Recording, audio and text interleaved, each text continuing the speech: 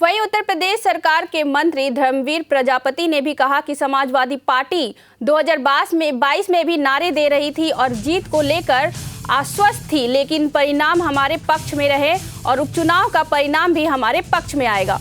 जनता के रुझान से मैं कह सकता हूं कि परिणाम हमारे पक्ष में रहेगा और समाजवादी पार्टी कहीं दिखाई नहीं देगी।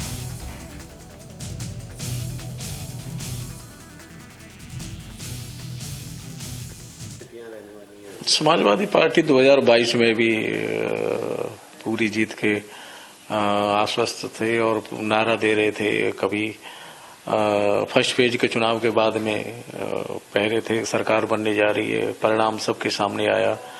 इसी तरह उपचुनाव में भी परिणाम हमारे पक्ष में है और जिस तरह से माननीय मुख्यमंत्री जी ने परिश्रम की पराकाष्ठा की है और संगठन और सरकार मिलकर के सभी लोग हम पूरे धरातल तक गए हैं जनता के बीच में, तो जनता का जो रुझान देखने को मिला है उससे मैं कह सकता हूं कि चुनाव परिणाम हमारे पक्ष में रहेगा और समाजवादी पार्टी कहीं कोई दिखाई नहीं देगी, ये मैं निश्चित रूप से कह सकता हूं। देखिए, इस पे मेरा कहना है कि वोटर आईडी देखी जाती है वहां, तो वोटर आईडी देखने का उद्देश्य क्या है?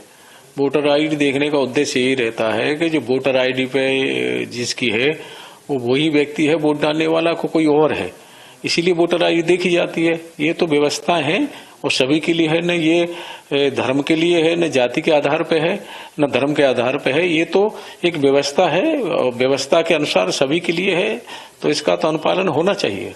लेकिन ये सब हताशा निराशा के बयान हैं। ये परिणाम हमारे पक्ष में आने वाला है और उनको भी दिख रहा है कि चुनाव परिणाम उनके पक्ष में नहीं है, इसलिए इसी तरह से पहले से ही हताशा